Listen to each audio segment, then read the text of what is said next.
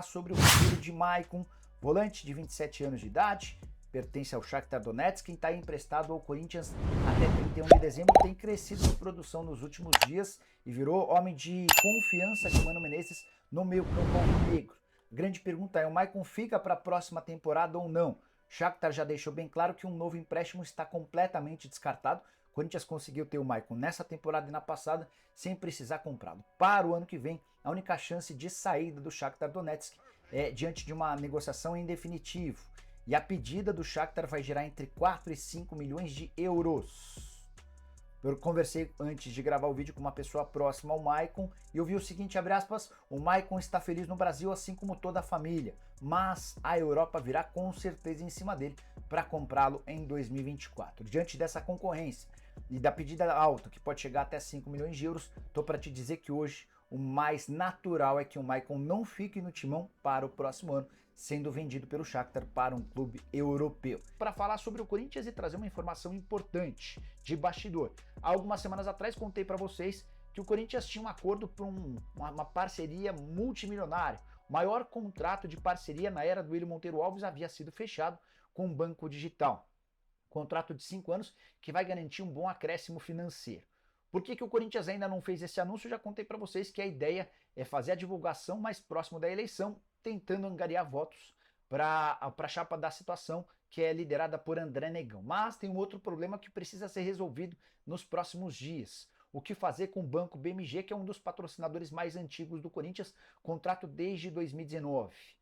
O contrato só se encerra em 2026 e garante uma grana relativamente alta. Não há nenhuma possibilidade de o Corinthians criar seu próprio banco e seguir com o BMG como um dos patrocinadores. Isso é inviável. Inclusive consta no contrato que o Corinthians não pode ter um produto como esse concorrendo com o BMG. Diante desse cenário, só vai caber ao Corinthians rescindir o contrato com o BMG pagando uma multa considerada alta. Não tive acesso ao valor final dessa multa, mas posso garantir que há necessidade desse pagamento. Negociações em andamento, de acordo com uma pessoa do Corinthians. Consultei uma outra fonte que disse desconhecer qualquer coisa nesse sentido. A pessoa do Corinthians assegura que as tratativas com o BMG para rescisão do contrato sem pagamento de multa já foram esgotadas, que o BMG vai exigir o pagamento dessa multa. Nesse momento, o que interessa é o resultado. Isso o Corinthians alcançou. Você falou dos acréscimos, teve 10 minutos de acréscimo e eu me lembrei, quando tem acréscimo e o Corinthians precisa, como foi outro dia contra o América Mineiro? É até o Corinthians empatar? Não vi ninguém falando até o Cuiabá empatar. Era o caso dos corintianos se mexerem nos memes e colocar assim, até o Corinthians tomar o empate, né?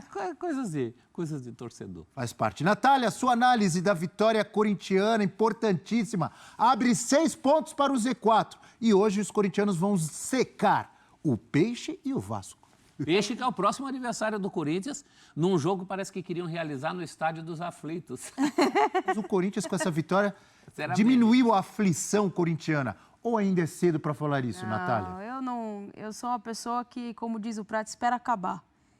Eu já falei e vou citar de novo. Para mim, do Cuiabá para baixo, todo mundo vai brigar até o final para não cair. Menos o Inter. Porque tem muita gente... O Inter ainda está nesse bolo? Tá. Mas a margem do Inter de melhora de futebol praticado é maior, né? Do que os outros times. Agora, Cruzeiro ganha 2, perde 3, empata 1.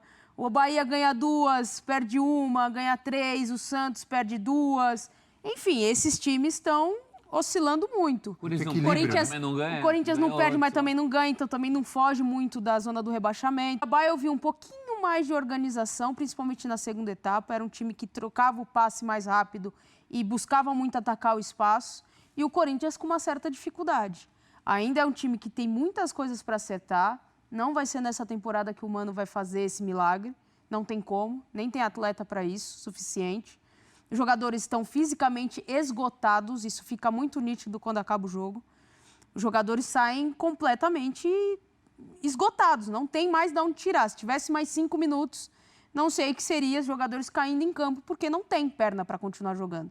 Então, tem muita coisa do trabalho do Corinthians pensando para a temporada que vem, mas principalmente se salvar nessa temporada. E vocês lembraram que domingo tem Corinthians e Santos, né? Neoquímica Arena e tal. Empate contra o América, que quase teve um saborzinho de vitória, que foi ali, quase que o Corinthians perde. E a vitória contra o Cuiabá As duas com a marca da bola aérea, a participação do Gil. O Gil é o Rincon do Corinthians. Ou o Rincon é o Gil do Santos. O Tomás Rincon do Santos. Tomás Rincon do Santos. Gols muito parecidos, né? Sim.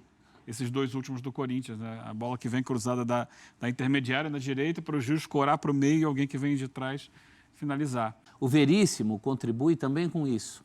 Hoje, nos escanteios, o Veríssimo é um outro homem para ajudar o Gil nessa função. O Gil zagueiro, a gente tem que separar um pouco as coisas, porque começam a bombar aí as redes sociais, né? Os defensores do Gil, os detratores do Gil. O Gil zagueiro hoje, independentemente da importância que ele está tendo como liderança nos lances de ataque, o Gil zagueiro hoje não segura mais o repuxo sozinho.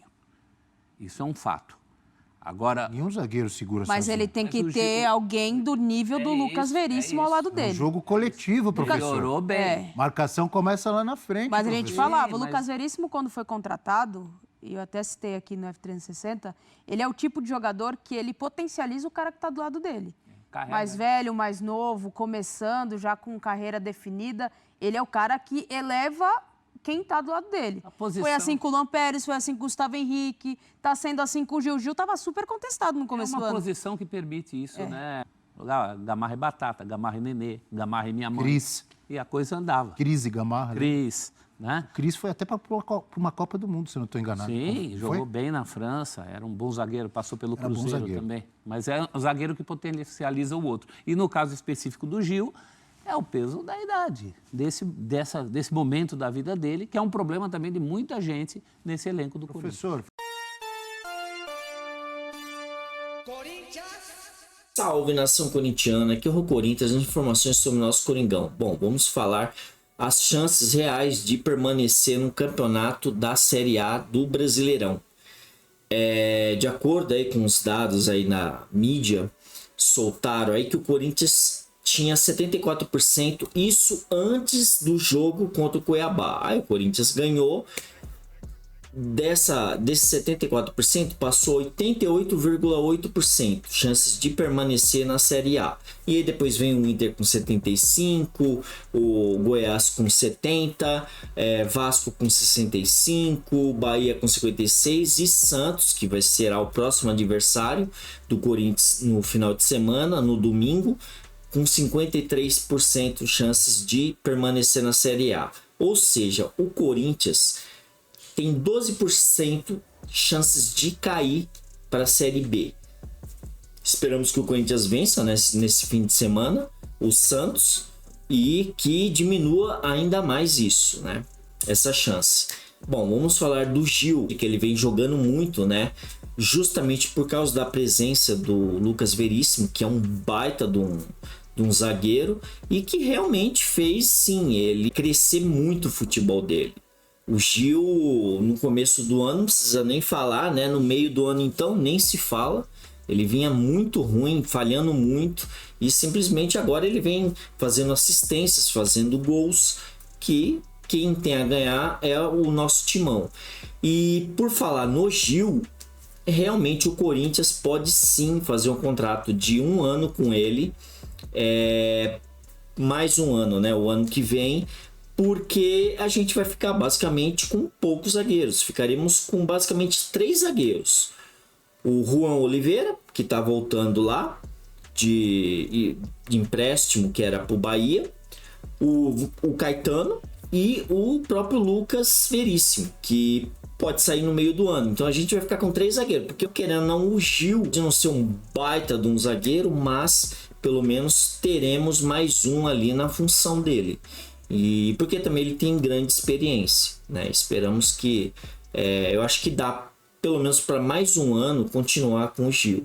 Bom, vamos falar do Michael, que o Corinthians pode usar a cláusula de guerra, porque jogadores que simplesmente renovaram ou voltaram para a Ucrânia ou Rússia depois de 7 de março de 2022, simplesmente eles não podem pedir essa cláusula de guerra. Apenas jogadores que estavam antes em clubes ou que saíram do país, né, simplesmente podem pedir essa cláusula. Então o Corinthians assim estuda, vai tentar fazer no molde certo, né? Também depende da diretoria, qual vai ficar, a gente não sabe, né? Se vai ser essa renovação ou transparência, ou simplesmente o Augusto Melo, né? Então, temos que ver aí o que vai dar. O fato é que se eles tentarem comprar o jogador, eles não aceitarem a oferta ou a proposta do Corinthians, o Corinthians pode sim pedir, porque ele já estava no Corinthians antes desta data, que é 7 de março de 2022. Então, esperamos que dê tudo certo e que ele continue permanecendo no timão. Bom, são basicamente essas notícias de hoje. Agradeço a vinda, sempre o dedo no like, se inscrevam e até a próxima. Valeu! Fui.